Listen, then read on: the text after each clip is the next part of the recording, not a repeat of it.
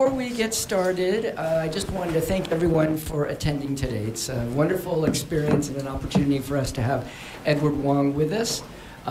Much more about him to come. But my name is Glenn Osaki. I'm with the USC U.S.-China Institute.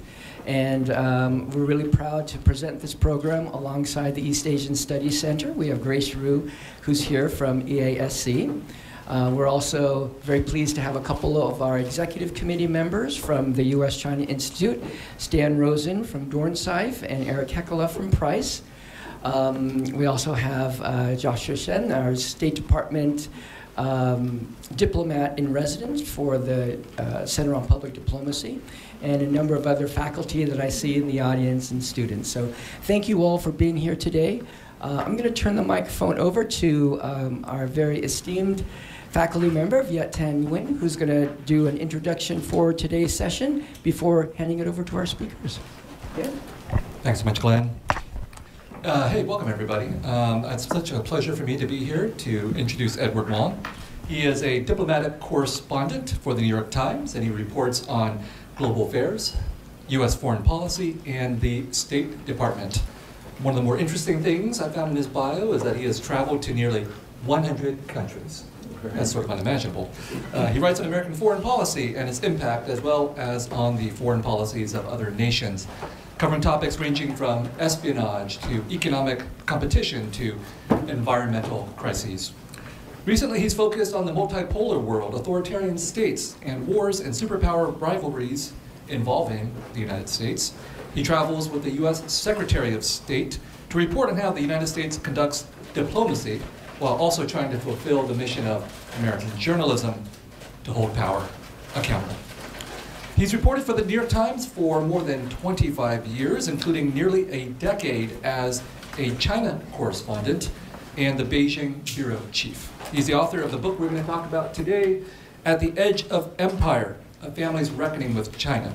It's an epic account of modern China that brings together a compelling family memoir with crucial reporting, toggling effortlessly between the epic and the intimate, according to The Atlantic. The son of Chinese immigrants in Washington, D.C., Edward grew up among family secrets. His father toiled in Chinese restaurants and rarely spoke of his native land or his years in the People's Liberation Army under Mao. Yu Kern-Wong came of age during the Japanese occupation in World War II and the Communist Revolution, when he fell under the spell of Mao's promise of a powerful China. Edward's father's astonishing journey as a soldier took him from Manchuria during the Korean War to Xinjiang on the Central Asian frontier. In 1962, disillusioned with the Communist Party, he made plans for a desperate escape to Hong Kong. This is the basis for what the Wall Street Journal calls a sprawling, complex morality tale that sweeps us along. When Edward became the Beijing bureau chief for the New York Times, he investigated his father's mysterious past while assessing for himself the dream of a resurgent China. The Washington Post says that in telling this personal story about family memory, exile, and return, the book also takes in the breadth of China's evolution during the 20th century. Please join me in welcoming Edward Wong as he talks about this groundbreaking and insightful book. Thanks, Peter. And actually, Ed, if you can just clip this on this other microphone. This one right here? Yeah. Okay. Do you want to?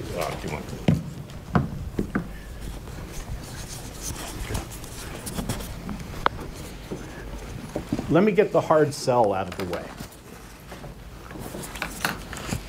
Worth your money, worth your time. It's an incredible journey. It's one that I feel very lucky to have traveled thanks to Edward Wong. This is a fantastic book.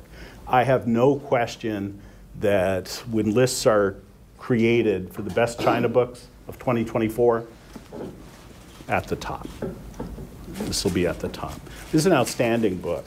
And Viet has already told us some of the stories, the broad sweep, and also teased a little bit of it. But there are a couple of things that we'd really like to explore with Ed. He's also prepared pictures, some of them from the book itself, and we'll see those in a little bit, okay?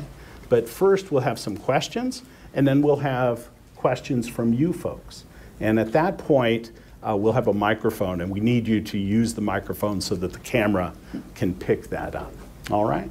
So, friends, thank you for carving out time to be with us. You're going to be richly rewarded. And again, I love this book. No question. This is a really remarkable story. And the first couple of questions that I have for you, Ed, involve just the mechanics of it, because the technique here is amazing. It's really astonishing. As has already been said, it's intensely personal and yet deeply researched, and it extends back centuries and a few minutes ago, right? So it covers this sweep of history and does it in an incredibly engaging way. I'm sure if I ask how long it took to write the book, he'll say that I got the book contract and 6 years later. That's not true. He's been working on this book throughout your adulthood, you know, working, learning about his family and creating a document about it and then pursuing this deeply. It's an astonishing book. So the first question on the mechanical side, we have in the title of the book, at the edge of empire. An empire looms large throughout this book. Was there ever a time when you were putting this together where it wasn't an organizing principle? You go to Beijing, a grand empire, from Iraq, right, among other places, where you saw a different kind of empire, but an empire nonetheless. Mm-hmm. First, I wanted to say thank you, everyone, for coming to this talk. Thanks to Glenn for helping organize it, Clay for hosting and moderating, and then Viet for the great introduction. I think I've been influenced by several of the people in this room in my writings and my reporting, Viet's own writings on empire, America's imperial reach, and how wars, exile affect all of us, affect many, especially people from Asia who have migrated here to the US. And I think that's a central theme in here. Clay's studies on China have been very influential, and he and I have been on very important email discussions and listservs about China throughout the years. So thank you all for welcoming me. So when I set out to write the book, I had a couple of aims in mind. And one was I knew near the end of my time in China for the New York Times, which was coming up around 2016, I knew I wanted to write a book about China that summarized my decades-long engagement with the country, as you mentioned, Clay. And that began in my 20s, mainly when I went to grad school at Berkeley and studied Chinese history, politics, language. And it continued onward with a long break when I was working as a reporter in New York, and then Iraq, and then finally when I was posted to China and was able to live in the country for nearly a decade. So I wanted to summarize what I learned and seen about China, and the ideas that started to form in my head about what China is today and how it came to be. And I was thinking to myself, what's the best way to write a book for the lay reader that would be accessible to the lay reader and give them this broad sweep of Chinese history from the Mao era, 1950s, up until now. And I thought, there's a certain story that I had started to learn in my 20s. That was a story of my father as a member of Mao's army, posted out to the northwest frontier region, to Xinjiang, where he was part of the initial military occupation of Xinjiang, one that continues today and that we see in the headlines with the repression of the Uyghur Muslims out there, Kazakh Muslims. And my father was among the ethnic Han Chinese who were sent out there in PLA units to try and control the region, to disband Kazakh Muslim and Uyghur Muslim militias, and then to start the system of agricultural garrisons that would form the backbone of the control of Xinjiang for the Communist Party. So in knowing that personal story, I could not, ignore the fact that China is this imperial power. has an imperial reach well beyond the parts of interior China that people commonly think of as culturally Chinese, and that as I examine China more and more in the current day, in the contemporary era, that many of the forms of control that it had begun in my father's era and that my father had been part of extend well into the current day, and that there are even efforts at expansion into other borderlands beyond what we know as China today that Xi Jinping and his cohort are undertaking. As you mentioned, Clay, I was coming to China from having finished a stint in Iraq, 3.5 years reporting there during the heart of the American occupation and the war, which was 2003 to 2007. And leaving Iraq, I left deeply disillusioned with American foreign policy and the ways that America exercises power beyond its borders. And when I grew up in the 1990s, I grew up in a suburb of Washington. In the 90s, many of us had this feeling that American ideology, this ideology of democracy, free markets, capitalism, it's all wedded together, was the dominant ideology in the world. Post-Cold War. Yeah, post-Cold War, American triumphalism, the end of history, as Francis Fukuyama at Stanford said. So I thought that there was this inevitable march onward from that foundation. And instead, we entered the post-9/11 era, and what I saw was America being as brutal in some of its forms of power as any other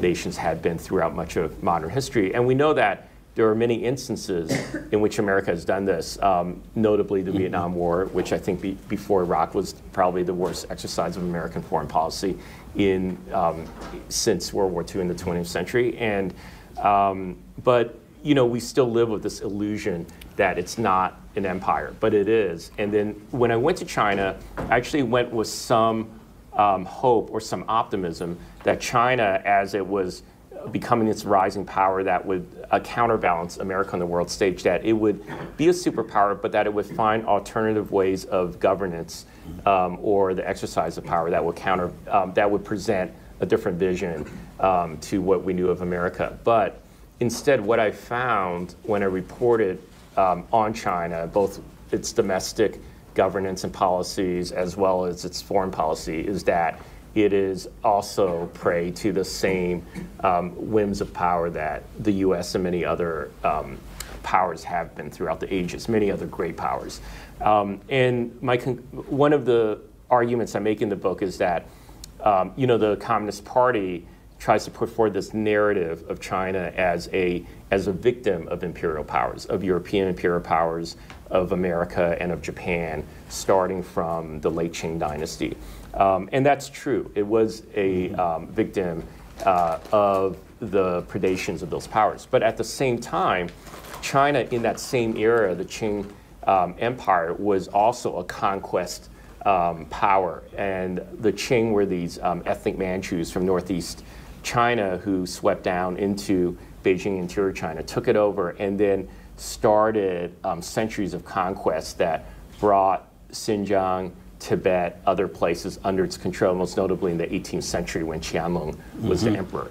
And so what the Communist Party has at the core of its project, in my opinion, is a reconstitution of that empire. And it started that when Mao took over in 1949, and when he sent troops into those western frontier regions, including my father, and it continues today as they look at places like Taiwan and think about how they can bring it under communist rule. So all the flashpoints that we see between China and parts of the outside world or within its territory, Xinjiang, the Uyghurs there, Tibet, Hong Kong, Taiwan, and then further east up the South China Sea. These all fit within that framework of China trying to hold on to its imperial territories and then trying to expand it also. So that, in summary, that was what I was trying to present. And the theme of empires you asked, Clay, was never far from my mind when I wrote this and was always core to my idea of this book. Yeah, and it's woven completely through. So in the 17th century, the Qing create this empire by conquering all these different terrains. Right. In the 19th century, outsiders, mainly Westerners, but also Japan, begin to intrude in. Right. And we get then the narrative of national humiliation and the need to preserve all this sacred territory. Let me ask you a question about the other big organizing principle that jumped out at me is the interplay between your family's story, principally your father's story, and China's story, but also how you managed to go from chapter to chapter, 1950s, 2009, 1960s, 2013. You have this kind of back and forth. Right. And that is really powerful. And I'm curious, was that there at the beginning, or is that part of creating this book? That's a great question. One interviewer earlier this summer described it as like a Christopher Nolan film where you've got these different timelines that merge at points and diverge at points, and you're trying to keep track of the chronology. But this is much easier to understand than a Nolan film. Right. When I was writing the book proposal, which was 6 years ago, Clay, I tried to think carefully about the structure. And the structure that I have in the book was actually laid out in that proposal, which is I would use my father's story as the chronological backbone of the book. So that story goes from mainly from 1950 to 1962 when he's in the People's Republic of China and serving the Communist cause. And then I decided that the story of myself in China, my reporting in China, which is from 2008 up until last year, would have to be non-chronological because you can't tell both stories in a chronological manner unless I had the first half of my book just my father and the second half just myself. So what I decided to was take elements of my story or my engagement with China that would thematically match my father's journey, which was a journey. He goes from Hong Kong to Beijing to Northeast China to Xinjiang, Central Asia, and then back to Hong Kong. So it's this very long and epic journey. And I would marry parts of my story to those chapters of my father. So for example, the opening of the book is about the Japanese occupation, invasion occupation of Hong Kong in December 1941, which catalyzes my father's journey into China because he and his family members are forced to leave Hong Kong and go to their ancestral village in southern China.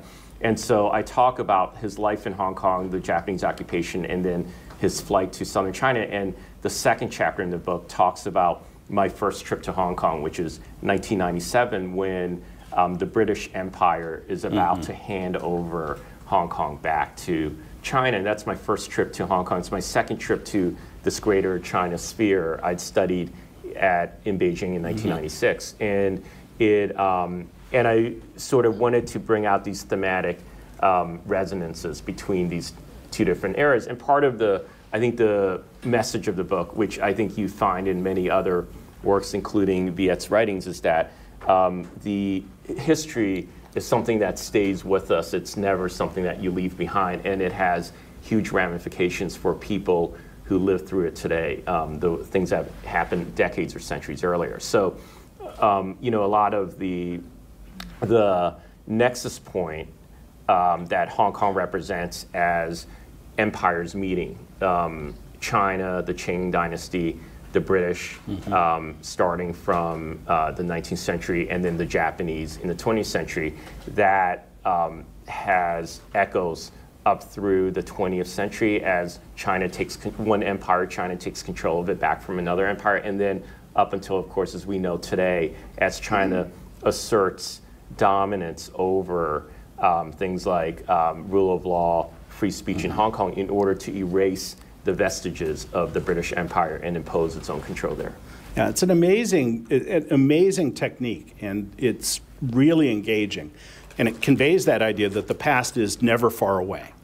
And in many cases, it's not even in the past. It's very much in the scenes. So we have that sense from this book.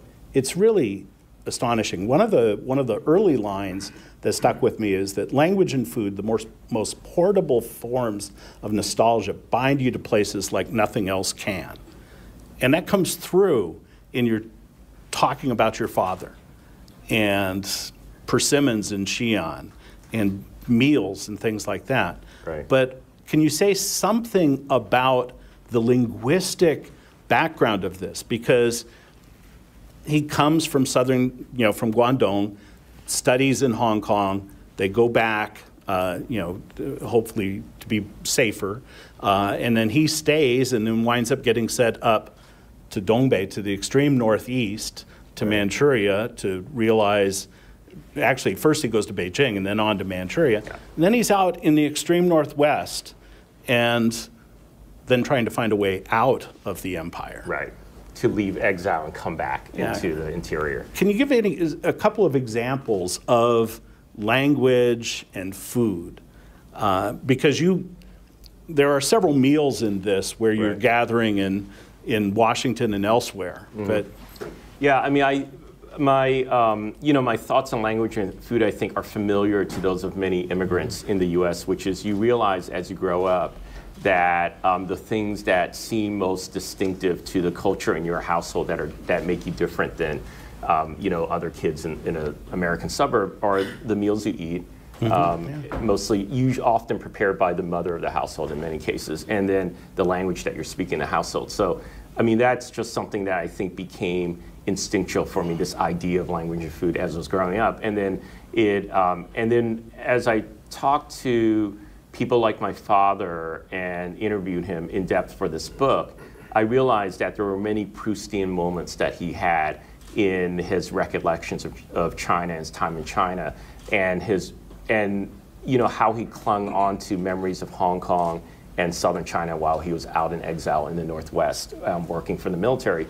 And he would remember very distinct meals that he shared with his family or food. And for example, when he finally gets a chance to go back to southern China in the late 1950s, he spent all these years, more than a half dozen years down in the north and out in Central Asia. He takes a train right back to the south, and he immediately after he meets his mother and family members in Guangzhou, he goes to get a meal of roast goose. And he says that was one of the things he still remembers today, like the taste of that roast goose on arrival in Guangzhou, because it was such a distinctive thing from his childhood in the South, and that he remembered and that he had clung on to as one of these things that he would see again if he made his way back to southern China. And so like these, and of course it is very much like Proust and these memories, and they evoke this entire world for you. I think that that's true for people who are making these journeys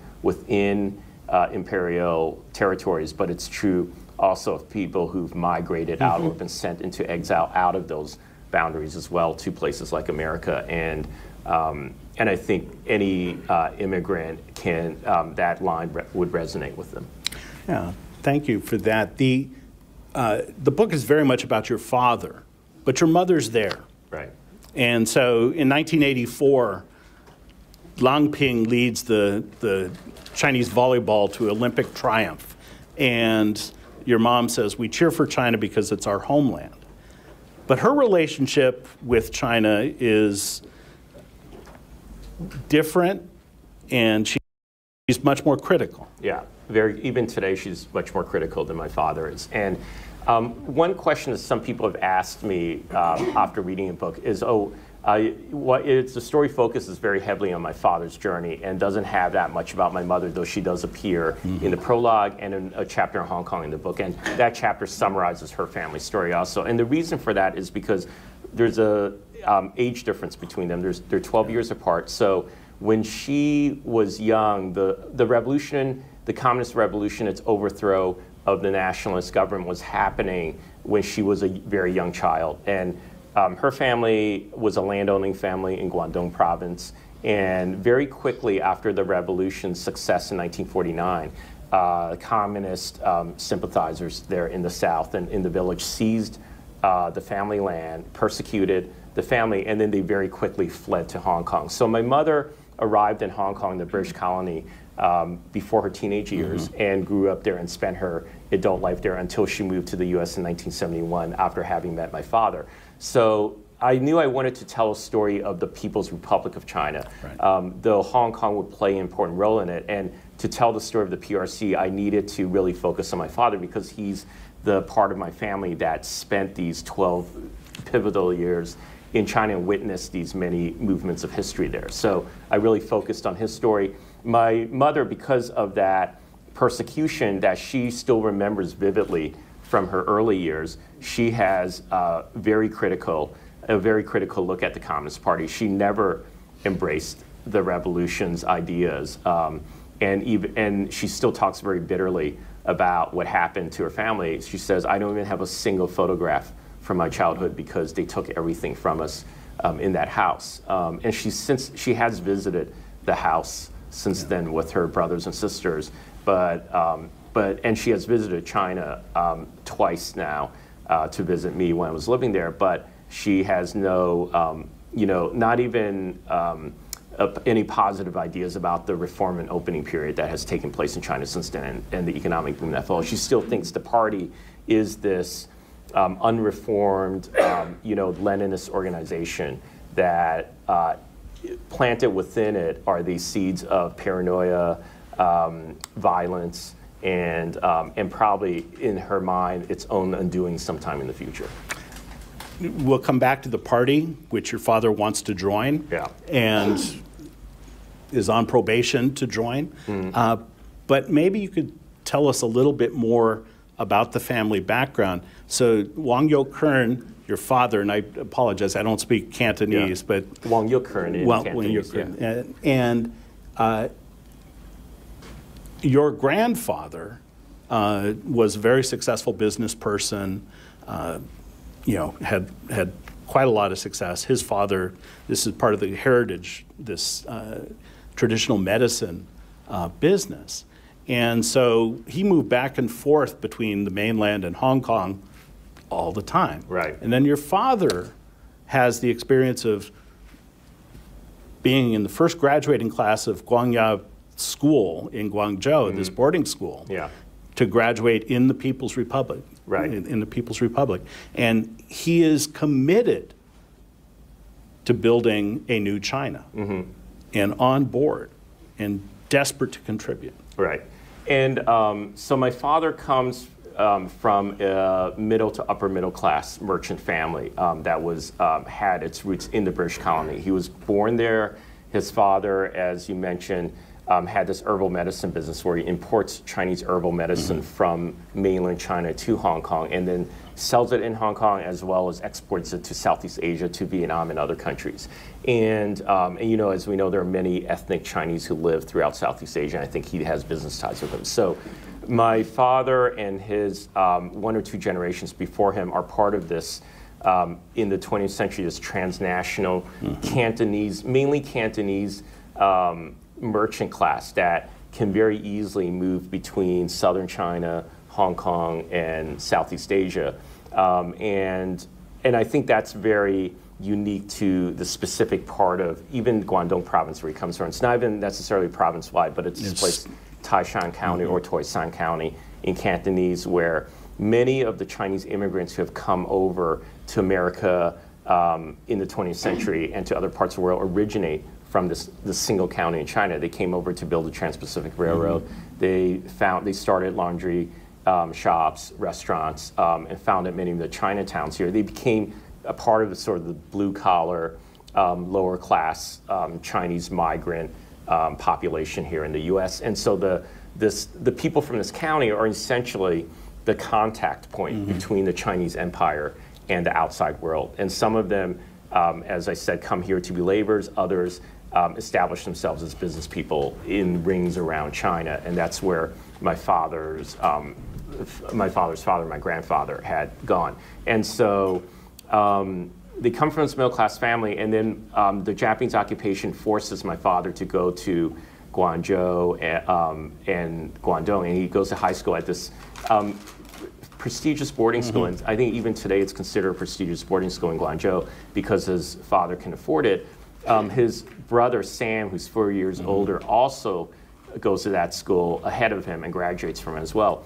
And then during his time in high school, the Japanese have been defeated by then, but the Chinese Civil War has reignited, and you have the communists fighting the nationalists. The most pitched battles are taking place in northern China. So in Guangzhou, there's not fighting in the streets there, but they're hearing about the sweep of the communists as they make conquest after conquest throughout the north. And he also hears about the ideas of communism. And there are people in his school, including, he suspects, a teacher who were communist sympathizers, or maybe even secret members of the party. And he hears these ideas about overhauling governance of China, succeeding where the nationalists have failed. And I think many historians have judged there to be massive misgovernance by the nationalists during this time. They were not, as some Americans think, they were not a democratic or liberal force. They were an authoritarian force that had economic mismanagement. My father witnessed high inflation throughout Guangzhou. He witnessed the advent of, or the flourishing of brothels and gambling dens. He also heard stories about corruption in the very top ranks of the nationalists among Chiang Kai-shek's friends and family members. So he believed that the communists, led by Mao, would overturn all this, would set China on the right course towards being an industrial power that can compete with Great Britain and the US. And I think in his mind, he became set on dedicating himself to that cause. Interestingly, his brother, Sam, who had graduated 4 years earlier, instead of thinking that way about communism, he gets a chance to take a scholarship to study in the US, which of course is on the other side of the geopolitical divide. And he then leaves Guangzhou for Hong Kong and comes to Washington, where he studies at George Washington University as an engineer. Eventually, soon after graduating, he works first for the US Army for a few years and then for the US Navy for 3 decades as an engineer. So he ends up working for the military that my father eventually decides he wants to fight on the Korean Peninsula. Yeah, and so Uncle Sam is a fascinating character in this book also, and you're the second historian in the family. Right, he's the first. He's the first, and you draw upon his memoir and these other things, and it's really fascinating that, as you said, your uncle is helping the United States, and your father wants to go to school, but then the Korean War breaks out, and he's ready to fight. Right. And why doesn't he get to do that?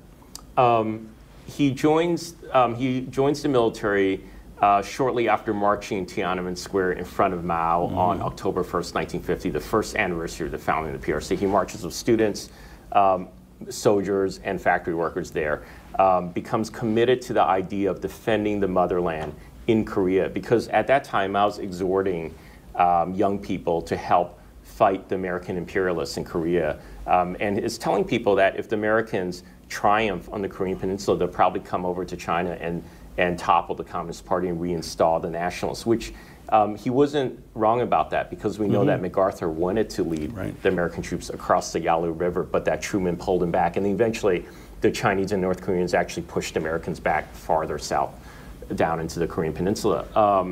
My father trains in the Air Force Academy in far northeast China. So he's up in Harbin, yeah.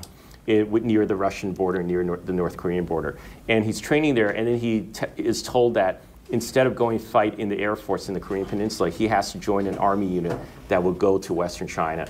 And he knows something is going wrong at this point, because why would they not send a young man who's training for the Air Force to fight against Americans? But he doesn't know exactly what went wrong. And then as he takes trucks into Xinjiang, far northwest China, and to this vast land of mountains, steppes, occupied by Kazakh nomads, Uyghur Muslims, he realizes he's being sent into exile. He suspects it's because of his family background, that the Communist Party in these years is undergoing these massive campaigns initiated by Mao to seek out rightists, to seek out bourgeois elements, to seek out subversive elements throughout China. And he suspects that there's something about his family background, him being born in Hong Kong, him being the son of a merchant family there, and also his brother going to America to study makes him suspect. He doesn't know that, he doesn't feel affirmation of that until years later when he's working on one of the first military garrisons, agricultural garrisons in Xinjiang. He's working in the personnel department. He finds the file, the dossier that the communists and the PLA have kept on him. And in Chinese, this is called the Dang'an, and every Chinese citizen has one, but they rarely get the chance to see it. It's like the secret file that follows you from institution to institution, and only the people within the personnel department and others within that institution see it and make marks in it. And then he gets to read it, and it talks about the order to send him to the army instead of letting him join the Air Force. And he realizes at that moment that it is his family background that is the mark against him. But at the same time, in that same area in the mid-1950s, he becomes determined to prove himself to the party, to the military, and get back to interior China, because he still believes in the cause, even though he is not welcomed into the embrace of the party and the military. And he figures that if he can prove himself out there in this, one of the most arduous postings for any Chinese soldier, then maybe he'll win the approval and he'll be allowed to go back to interior China. And the plan works. He, one of his senior officers decides to help him apply or file an application for him to the party. And then he applies to enter university in Xi'an, in one of the capitals in interior China. And then he takes a long journey and bus ride back into China and goes to school in Xi'an, where his dream now in the late 50s is to study engineering to build military aircraft for the PLA. So he wants to realize the same dream he had earlier of joining the Air Force, but in a different way now, where he'll be an engineer who builds the aircraft that the PLA will use in its wars. Yeah, he still wants to contribute to this, and there's a lot more that we could explore, but you're not the only father-son combination in this book. One of the interesting combinations that helps us move between the 50s and the 20-teens and the 2020s is Xi Zhongxun and Xi Jinping. Right. And there's some overlap. Xi Zhongxun's responsibilities, and certainly in the Northwest, but also Shenzhen.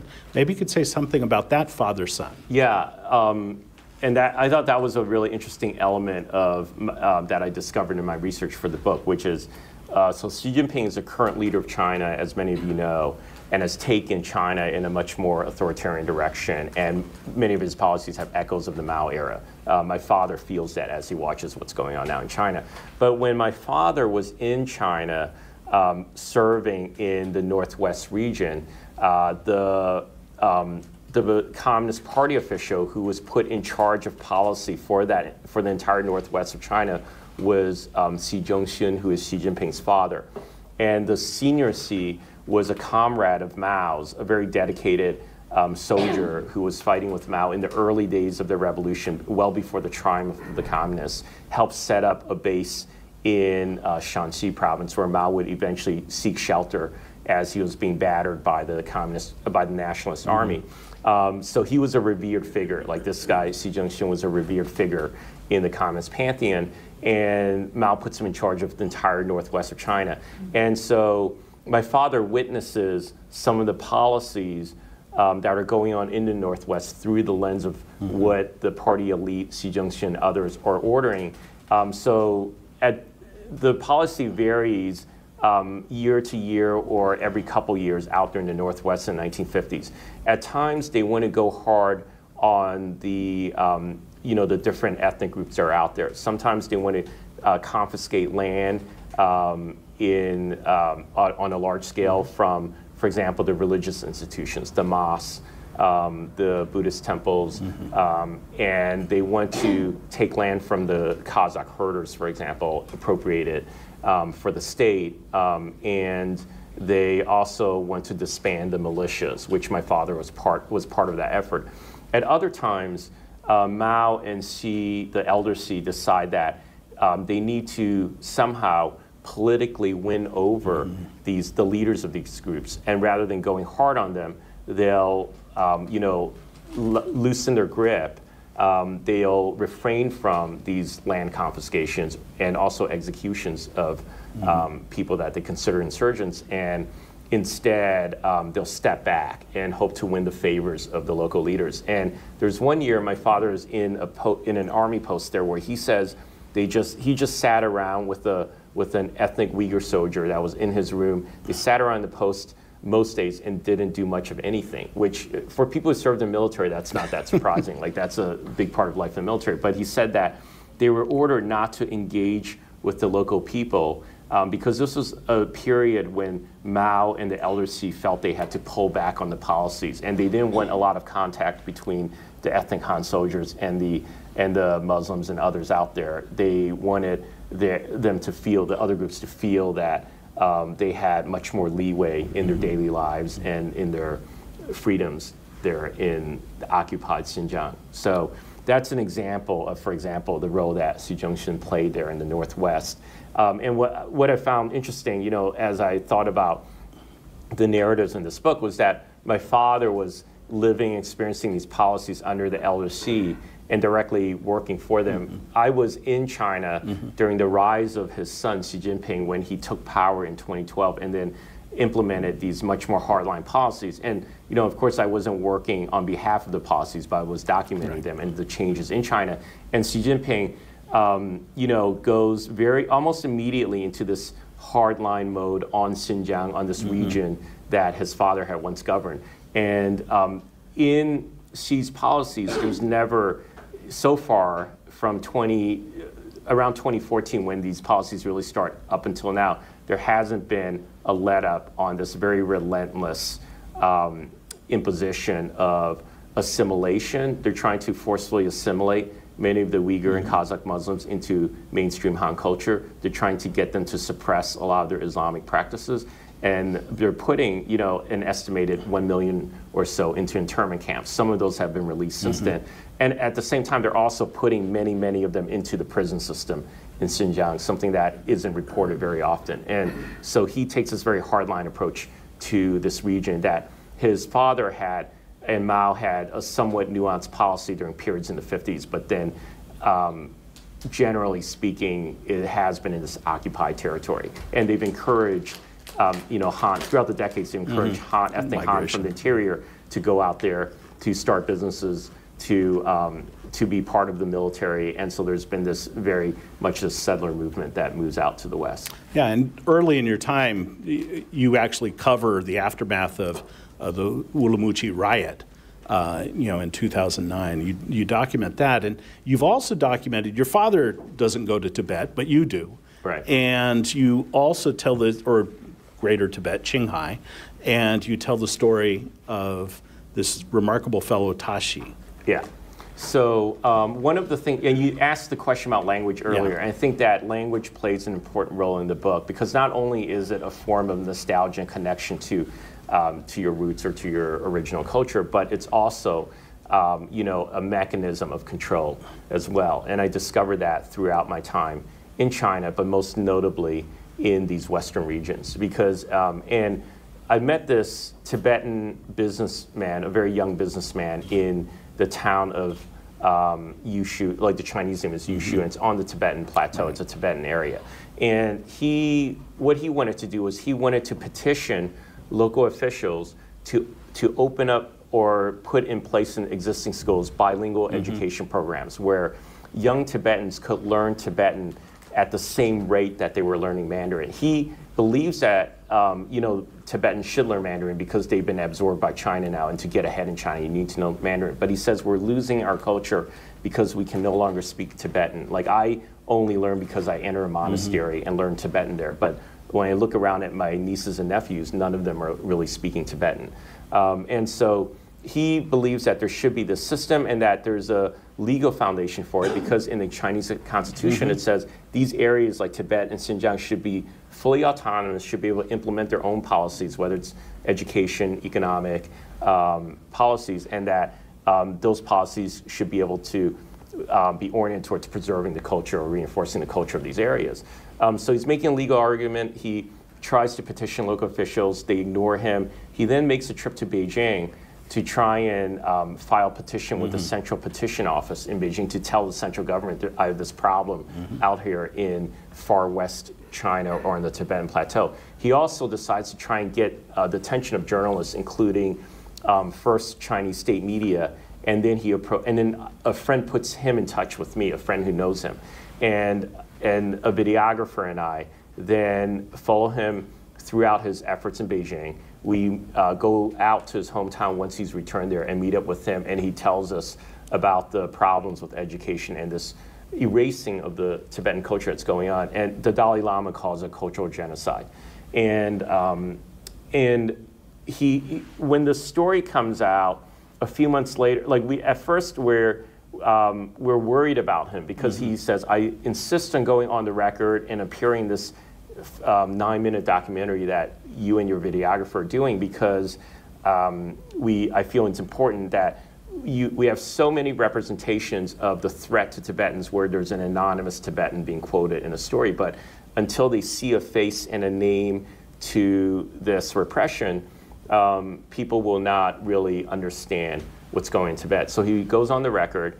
The first couple months, he doesn't hear anything, and there are no repercussions, but then he is detained by the police. He is questioned.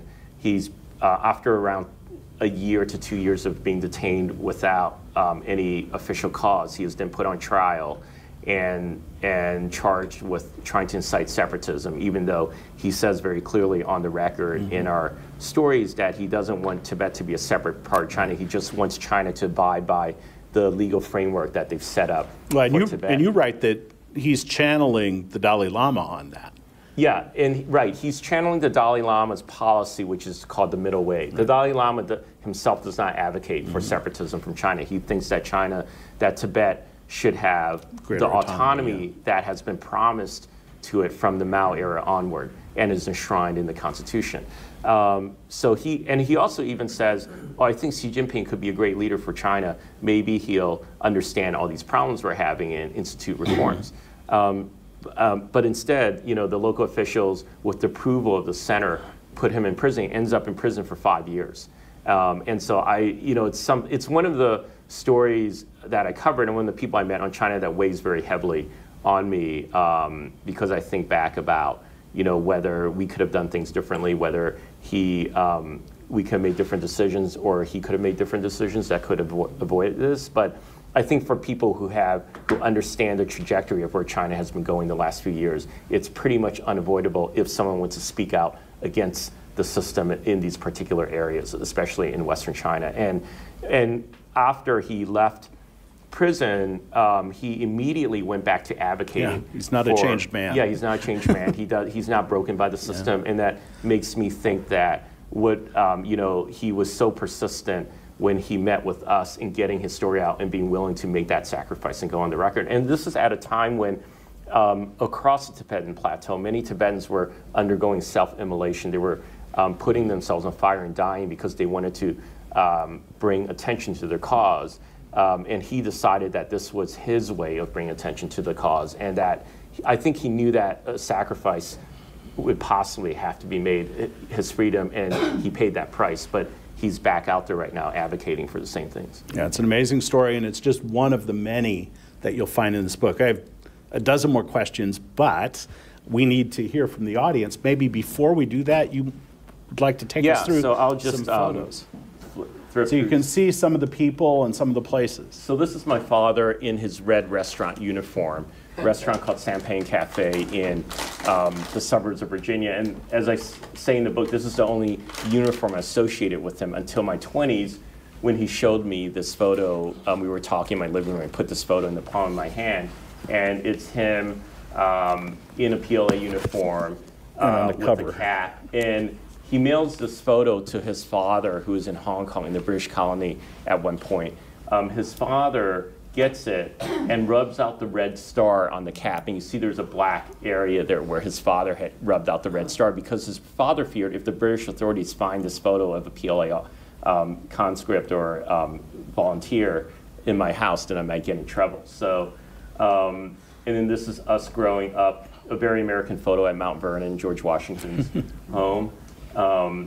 And going back to my father's childhood, him in Hong Kong, the one on the left, and his older brother Sam, who would eventually work for the US military. And then he and his cousins growing up in Guangzhou, going swimming, which was a big hobby of his throughout his life, as they made their way through Guangzhou during the Chinese Civil War and going to high school there. His graduation, this is him in spring of 1950 when he graduates from this boarding school and decides to go north from the very far south north to Beijing, and then eventually Manchuria in the far northeast to train for the Air Force. But then, of course, is sent to the far northwest, where you see lots of mountain ranges. You're out there in the remote Asian steppe near Russia, near Afghanistan, Pakistan, and Kazakhstan. There may be a pointer there. Yeah. Anyways, it's far to the far, this area that we're talking about. And that's where the heart of his journey lays. It's 6 years out in Xinjiang, and many of you have read about some of the tensions and problems that have been arising in Xinjiang over the decades, but have reached a very repressive era in recent years. An interesting side note to this map, it's done by a guy named Jeffrey Ward, who made the Game of Thrones maps for the George R.R. Martin novels, and my editor just happened to know him and commissioned this map from him for the book. And this is what that area looks like in Xinjiang, the Kazakh areas where there are still many people leading a semi-nomadic life, and where my father served for those years. And this was on a trip that I made in 2014 to try and find out more about what my father's army unit had done out there. And this is in another area, Xinjiang called Wenchuan, where my father had served in one of the first agricultural military garrisons set up by the central government. It's a system that is known throughout China as the Bingtuan, and it's particular to Xinjiang. It is involved in lots of industry in Xinjiang. It's one of the biggest economic forces in Western China. It even produces things like tomato paste on these vast farms. And for example, tomato paste is exported to the West. You'll find it on grocery stores in here in America or in Italy, even in Italy, for example. So a lot of the products that come from this military garrison system end up in the West. And this is the only other surviving photo of my father in a PLA uniform, a summer uniform that was taken out there.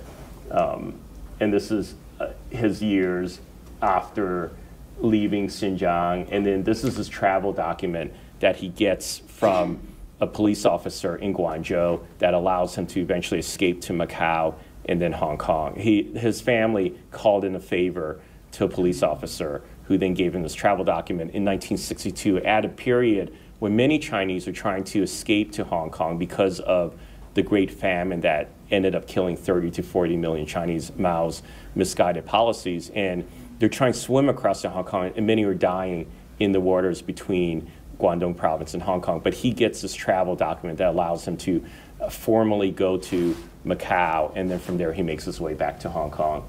He leaves Hong Kong in 1967 for the US, brings his grandmother, who's there turning 90, in a restaurant in Washington, D.C., the Jade Palace. This is where he first works as a waiter and eventually moves on to other restaurants. But it's a very typical photo, I think, of a lot of Chinese immigrant families in Chinatowns across the U.S. in that era. And then I grew up in the suburbs of Virginia. Eventually, the family story comes full circle when I moved to Beijing in 2008 to work for the New York Times. And I stayed there for nearly a decade. And my father and mother visited me twice there. The last time is in 2012 when my daughter is born, and she's in the 31st generation of the Wong family. So that's the IUA. Yeah. It's an amazing story all through this. And there's so much of contemporary China included, as well as US-China nexus. We've got John Huntsman at McDonald's in Beijing, and a whole lot more in this book. Time for your questions. We'll go over here. Mr. Wong, good to meet you. Great talk. I bought the book here, and I quickly checked the index, and I was gratified to see that there is a mention of the Wakhan corridor. Right. That's on my bucket list of geopolitical places to visit. Yeah. Give us the full Monty on the Wakhan corridor. You know, roads, structures, whatever's not secret that you can share with us. Well, there's a story I wrote for the New York Times on that in 2010, I think, when I made my trip there. So you can, So Wakhan corridor is a strip of land. I think this is part of it's one of these things that's actually a leftover vestige of empire, which is very interesting. It's a strip of land it's the one part of Afghanistan that borders China, and it's out there in the far northwest in Xinjiang. And it is a strip of land that juts out from Afghanistan into China, is bordered by Pakistan and China. And it's a mountainous territory, part of the Central Asian steppe, where many nomads, Kyrgyz nomads, live, not Pashtun or Tajiks or other types of Afghans, but Kyrgyz nomads mainly. And I made a trip there, mainly out of curiosity, with my wife, Tani, and with 2 photographer friends in 2010. And we traveled the length of it, walking, sometimes riding horses. I just wanted to see what this piece of land was like. And I say it's a vestige of empire because it was created as a buffer zone when the Russian Imperial Empire and the British Empire, which controlled, as we know, Pakistan and India at that time, were meeting up with each other and vying against each other in what we call the Great Game. And so the commanders, the military officers of those empires and the officials decided they needed to create a buffer zone between these 2 empires. So what they did was they somehow agreed to create this strip of land that would separate British-controlled Pakistan, what we call Pakistan today, from the Russian Empire. And the Russians controlled that area of Tajikistan that is on the north side of the Wakhan corridor. So it fits into this idea of empire. I only mention it in one line in the book. I made a single journey there, but it is this very interesting example of how the decisions made by imperial powers have a real impact today on these countries. But it's just an unimproved pathway? Is it a road? It's a road. There's several villages along it. There is a road, and it was an awful road when I went to 2010. And then there are no roads at the eastern end of it. On the Chinese side, there are PLA posts, and you can't go into China from there. So I couldn't re-enter China I came in from Tajikistan and left via Tajikistan, but you can't go. It's a very undeveloped area. So no Belt and Road activity? No Belt and Road activity. Michael Wu, who knows something about these villages too. Yes, it's a great privilege to hear you speak today. I heard you being interviewed about your book, either on New York Times Audio or NPR or somewhere a few weeks ago, and it was very compelling. So I wanted to ask you a question. I share a lot of background with you, also from a merchant class family. My mother's side is from Toisan. My father's side is from Kaiping. And my father also went to a boys' school in Guangzhou growing up. Wow. So a lot, although my grandfather chose the other side, and after supporting Sun Yat-sen, chose the Kuomintang side. Right. But a question. In June, I was in Hong Kong and had an opportunity to share tea with your Times colleague, David Pearson, at the Foreign Correspondents Club. And we talked about a lot of things. One of the things we talked about is, what kind of role could there be for Chinese Americans? In the earlier decades, when there was more optimism that there could be a constructive engagement between China and the U.S., and that engagement with the U.S. and China might help to moderate China's tendencies. Now, that seems so naive. And I'm wondering what you think in terms of the current direction of U.S.-China relations. What kind of future role could there be for Chinese Americans other than being an apologist or a scapegoat? That's a good question. I think that, there are many Chinese Americans who have a deeper understanding of China than, your average American, because they've elected, like I have, to go back and live in China for a period to study the language, to study its history. And I think that if there were more people who understood China on a deeper level within the American policymaking process, there could be some changes or more nuanced policy on China that I'm not sure that would necessarily take place, because I do think that there are structural impediments to oftentimes nuanced policy within the American foreign policy apparatus. I report on that today, so I see it up close. But right now, there are barriers to greater representation of Chinese Americans within, for example, the State Department or the Pentagon or the CIA. One of those is that there are these criteria for getting clearance, classified clearance, that are often opaque, are overseen by the internal security units that operate within these agencies. And for very arbitrary reasons, they often say that, oh, this Chinese American cannot serve on any China-related issues or be posted to China. They think, their reasoning is that this person, there are certain things in their background, certain vulnerabilities that they have that will allow the Chinese government, for example, perhaps to exercise coercive pressure on them, perhaps recruit them for espionage. And I think a lot of that is overblown, and I wrote a story about this late last year, and there are people within the State Department, including this room, I think, who have taken very critical approaches to... It's not a secret, Josh Shun. Yeah. I'm just hearing that story about the Chang'an and the background for your father. Yeah. And I never made that connection to what I am. Yeah. Just thank you for highlighting that again. Both in the reporting you've done for the New York Times, but also here. But the connection that you discussed about your father being exiled and deemed not loyal enough to the Communist Party while he was training to be in Air Force, to this, there are very human similarities that I've noticed, and unfortunately I noticed about what's going on. Yeah, and as you're mentioning, Josh, the process is secretive within these government agencies. You don't know what's in your file. It's very difficult, I think, to get a hold of what they've written up about you. Andy Kim, who's running for Senate now in New Jersey, has been a congressman representing a district in New Jersey, has been one of the most vocal critics of the system, because he says when he served in the State Department as a civil officer, he arrived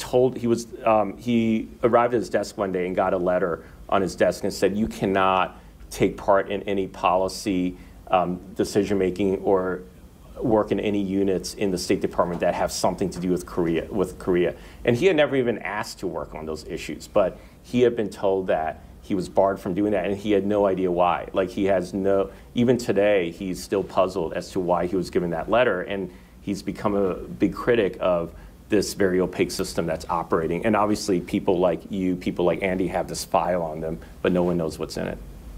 Colin? Hi, Calla Weimer, former visiting scholar at U.S.-China Institute. Could you talk about what it was like doing research on your father in Xinjiang? Because inquiring into a former military person in Xinjiang, and you were also a reporter, so you had a status that you wouldn't have wanted to compromise. So how did you get your way into that, and what obstacles did you overcome? So there were moments when I tried to make specific journeys in Xinjiang. You know, I would be out there for reporting a story for New York Times, but then I wanted to take a few extra days and try and get to a place in Xinjiang where I could find out what my father's army unit had been doing out in that area. Altai, up in the far northern part of Xinjiang, on that border with Mongolia, Russia, and Kazakhstan, was one of those areas. And that was his first posting in Xinjiang. So I went up there in 2014. I went into the town of Altai. I knew that the police officers in Xinjiang are always on the lookout for foreign reporters. And if they know you're in the area, they often either follow you very closely or they try and chase you out of town.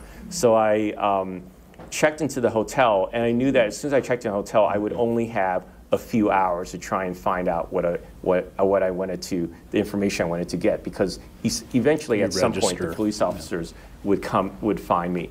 And so I went to the Civil Affairs Office in Xinjiang, which keeps track of a lot of the citizens that live in the area and works with military retirees. And I managed to contact a woman in the office, met up with her, and she was very helpful. She wanted to be helpful to me. She worked with military veterans. She herself is a retired Army officer, and she said, "Oh, I know people like your father often think with a lot of nostalgia about their time in the military. I want to try and find out more about this unit they served in." But eventually, she isn't able to find any paperwork on it. The police officers find me the next morning and chase me out of town. So I'm not able to get any information there. A lot of my father's story in Xinjiang comes down to the interviews I did with him about his time there. He's been very careful in his memories and saying like what he did, what he didn't do. And there was violence in Xinjiang in the times when he was out there. He says he didn't participate in it. There was, for example, the military suppression of a Kazakh insurgency that took place, led by this Kazakh named Osman Batur, and they captured him, executed him in public in Urumqi, the regional capital, and then killed some of his followers. My father was more often involved in indoctrination and propaganda. He would take part in these meetings, for example, in Altai on a Kazakh military base, where they would have Kazakh militia soldiers come into a room and listen to Han officers talk about the ideals of communism, about why communism could help both China as a whole and Xinjiang and the people in Xinjiang. So that was the type of work he was involved in. One interesting thing I came across in research were letters that he had written to his brother Sam, a series of letters he wrote starting right after he left Xinjiang but was still in the PRC as a student, and there's another series of letters he wrote after he escaped to Hong Kong. And in one of the letters he wrote when he was in Hong Kong, he had a very interesting line about Xinjiang that he never told me in my interviews. And he said that when he went out to Xinjiang, he realized it was this melting pot of different ethnic groups, and he counts around 15 different ethnic groups. They all had different languages, different perspectives, different ideas about the country and about their culture. But he says one thing that they all had in common was that they all had an intense hatred of the Han people. And it's interesting because when I was talking to him in my interviews, he never talked about these ethnic tensions that existed between him and the Kazakhs he met and the Uyghurs he met. But when he wrote this letter to Sam back in the early 60s, it was very present in the letter. Was he sanitizing what he told you? I don't think he just the distance. I think the distance. I think the decades that have passed since his time in Xinjiang, and he had subliminally, I think, whitewashed those memories and like looks upon those years as ones of idealism and nostalgia rather than of grappling with these tensions that existed and that still exist today. So, for example, he would read my stories in Xinjiang on some of the violence and repression that was taking place out there, including the massive riots that took place in 2009. And he would say, "Oh, it completely puzzles me. I don't understand why there is so much conflict out there in Xinjiang today. When I was out there in the 50s, there was a lot of coexistence and friendly attitudes that we had towards each other. When in fact, when I look at these letters he wrote to Sam, it clearly wasn't the case." Well, and as you say, he was involved in the propaganda side, finding model Kazakhs workers, and others to bring out. Right. Yeah. Great talk, Ed. Thanks for coming to visit. One brief follow-up to the security question is whether the kinds of suspicions placed upon Asian American folks are also extended to people of other different kinds of national descent or potential national affiliations. I'm assuming that that's not true, that Asian Americans are subject to a higher level. You mean within the U.S. government right, exactly. agencies? No, there have been I think Muslim Americans, Arab Americans also face some of the same obstacles to being fully vetted and getting clearance from the security agencies. I heard stories about that, and in fact, there were these official directives put out in some of these agencies to telling people to be very wary of people applying for jobs there. And so I think that there were these internal hunts for questionable elements within the backgrounds of either applicants or employees within various government agencies. So the usual suspects. Right, yeah, exactly. And there could be others too, but these were categories that I heard about the most during my research for this. Now, about the book, the book itself, you mentioned empire. It's a core concept in the book. And I'm wondering if you can elaborate upon what it means to use that term and how sensitive that term might be for the different nations that you're dealing with. During the height of the enthusiasm about the American invasion and occupation of Iraq, the word empire became sort of fashionable again. I mean, there were American foreign policy hawks who were saying, well, yes, we are an empire and let's embrace it. Right. And then when the war started to go south, I think that idealization of the term disappeared. And so for you to write a book about the edge of empire as a New York Times correspondent, I'm wondering if that, even using that word, would somehow put you in a category of being supposedly biased, especially in your role reporting on the State Department and the Secretary of State. And likewise with China, I'm assuming it might be a sensitive term as well to talk about China as being built out of conquest and empire, and obviously still in the present moment engaging in these types of practices. Yeah, that's a really good question. I don't know. I haven't gotten any input from editors who have probably obviously read the prologue, where I am very explicit about the idea of America as an empire. I even say my conclusion from the Iraq War is that it was an episode of imperial bloodletting. But I also think that many scholars and historians who have studied American power projection overseas conclude that it's empire, and there's a very strong foundation for making that argument. They point to different things like the American military bases that are strung around the globe, the use of sanctions, the strength of the dollar, and how that's used as a reserve currency and allows Americans to impose sanctions everywhere. And so I don't think that's a controversial notion. I think that there is implicit within empire, there is a critique of that form of power too, especially in the post-colonial age. But I think we also have to be upfront when we see these imperial powers and call them out for what they are. And on China, I haven't gotten any reaction to the way I frame China from Chinese officials. In my email box, I get invitations to Chinese embassy events in Washington. I haven't been to any since the book came out, but I get these invitations. I wonder what they would say to me if I went there, but they're still inviting me to these events. I think I would still get a visa to China if I applied for one. China definitely does not call itself, I come across very few Chinese writings where a Chinese scholar will call the current day China empire, because I think that they strongly believe in the framework, the same framework that the party puts out, that China is the victim of imperial powers rather than itself an empire. Whereas, my argument is that it is one empire that contests power with other empires, and sometimes it's on the victorious end, and sometimes it's not.